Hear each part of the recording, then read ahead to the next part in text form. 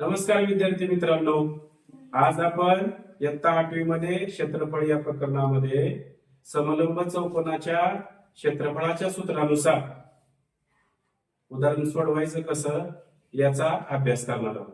तर उदाहरण असं आहे पहा, समलंब चौकोनाच्या समांतर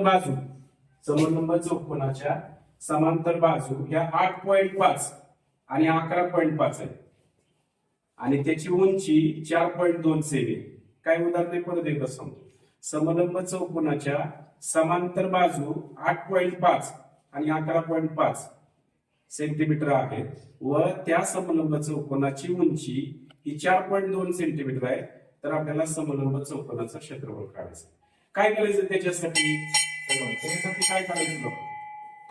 त्यासाठी तर बघा, उदाहरण सोडवण्याची रीत सांगतोय. काय करणार, समलंब चौकोनाचं क्षेत्रफळाचं सूत्र लिहून घ्यायचं. बघा, हे समलंब चौकोनाचं क्षेत्रफळाचं सूत्र आहे.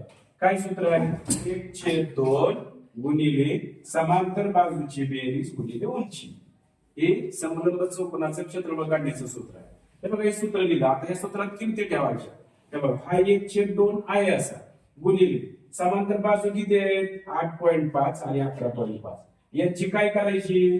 बेरीज म्हणून बेरीज गुणिले उंची किती दिली? 4.2. आता काय करणार?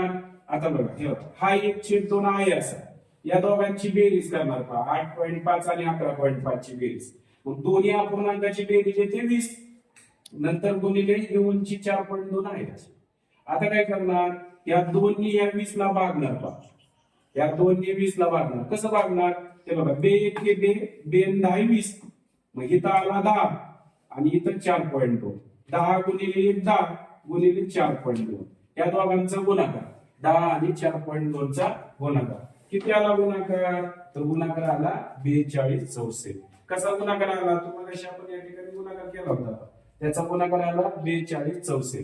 अशा रीतीने समलंब चौकोनाचं क्षेत्रफळ आपल्याला बाळांना मिळालं 42 चौसेमी. समजलं का सगळ्यांना? मग समजलं का? ओके.